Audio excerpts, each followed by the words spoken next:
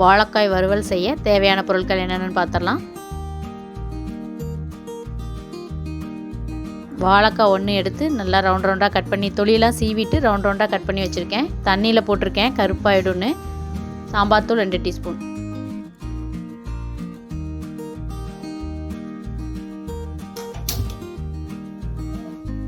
இப்போ வாழைக்காயை வேக விட்டுறலாம். தண்ணி கொதிக்கட்டும். தண்ணி கொதித்தோடனே மூடி வச்சு ஒரு 5 நிமிஷம் வேக வச்சோடனே அதோட கலர்லாம் மாறிடும். அதிலே நம்ம வெந்துருச்சுன்னு தெரிஞ்சுக்கலாம். இப்போ நான் அடுப்பு ஃபுல்லாக வச்சுருக்கேன். பாருங்கள், தண்ணி கொதிச்சிருச்சு. இப்போ மூடி வச்சுட்டு அடுப்பை சிம் பண்ணிடலாம். 5 நிமிஷம் வேகட்டும். பாருங்கள், 5 நிமிஷம் ஆயிடுச்சு. அழகாக தெரியுது பாருங்கள் வெந்தது. ரொம்ப வேகக்கூடாது, பாதி வெந்தால் போதும். இப்போ நம்ம தண்ணியிலேருந்து எடுத்து வச்சுட்டு அடுப்பை ஆஃப் பண்ணிடலாம். ஆற வச்சதுக்கப்புறம் நம்ம வறுவல் பண்ணிக்கலாம். வாழைக்காய் ஆறட்டும். தொலி ரொம்ப சீவக்கூடாது. அதோட ஓரமாக இருக்குது பார்த்திங்களா, அந்த தொலியை மட்டும் எடுக்கணும்.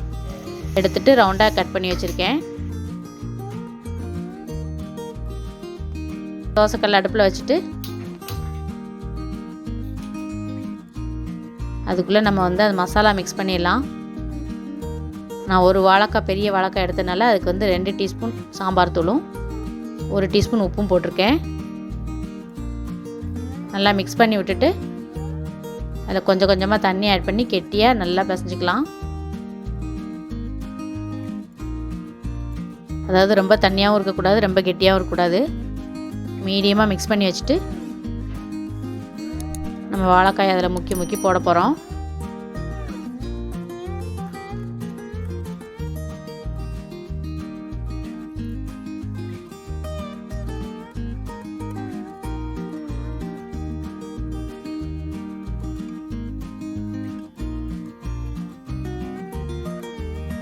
நல்லா மிக்ஸ் பண்ணியாச்சு.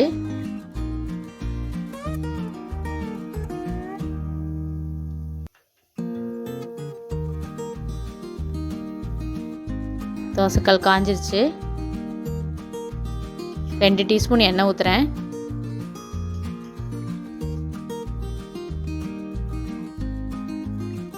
இப்போ இந்த வாழைக்காயை எடுத்து நல்லா மசாலாவை முக்கி முக்கி அதில் போட போகிறேன்.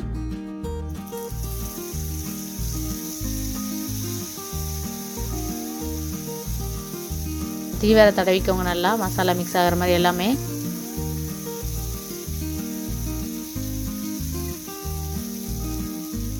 இது பார்க்கறதுக்கு மீன் வறுவல் மாதிரியே இருக்கும்.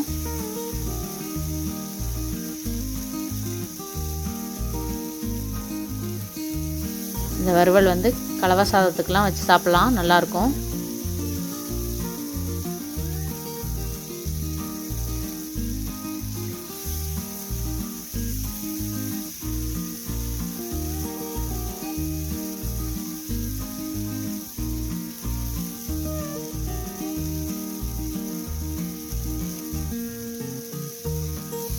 எல்லாமே முக்கி முக்கி போட்டேன் நான்.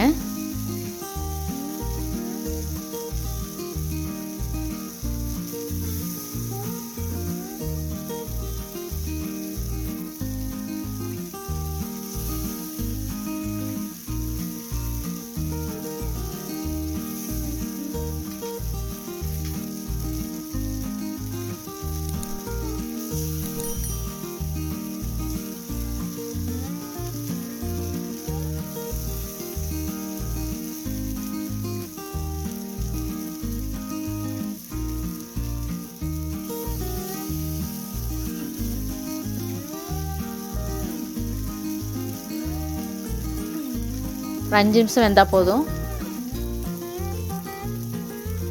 வேறு 1 டீஸ்பூன் எண்ணெய் ஊற்றுறேன்.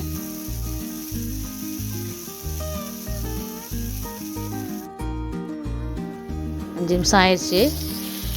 இப்போ அப்படியே பிரட்டி விட்டுறலாம். 2 ஸ்பூன் வச்சுக்கிட்டிங்கன்னா ஈஸியாக இருக்கும் பிரட்டி விடுறதுக்கு. பிரட்டி விட்டு ஒரு 5 நிமிஷம் வேகட்டும்.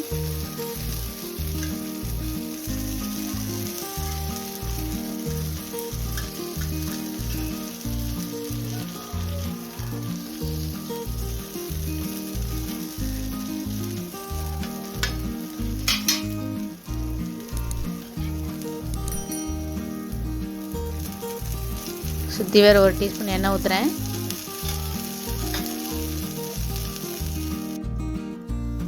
பாருங்க வெந்துருச்சு நல்லா. எல்லாத்தையும் எடுத்துடலாம்.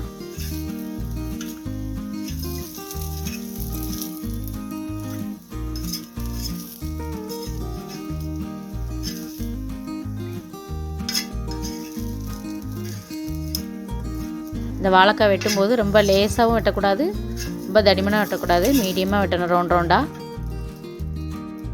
ரெடி ஆயிடுச்சு. சுவையான வாழைக்காய் வறுவல் ரெடி.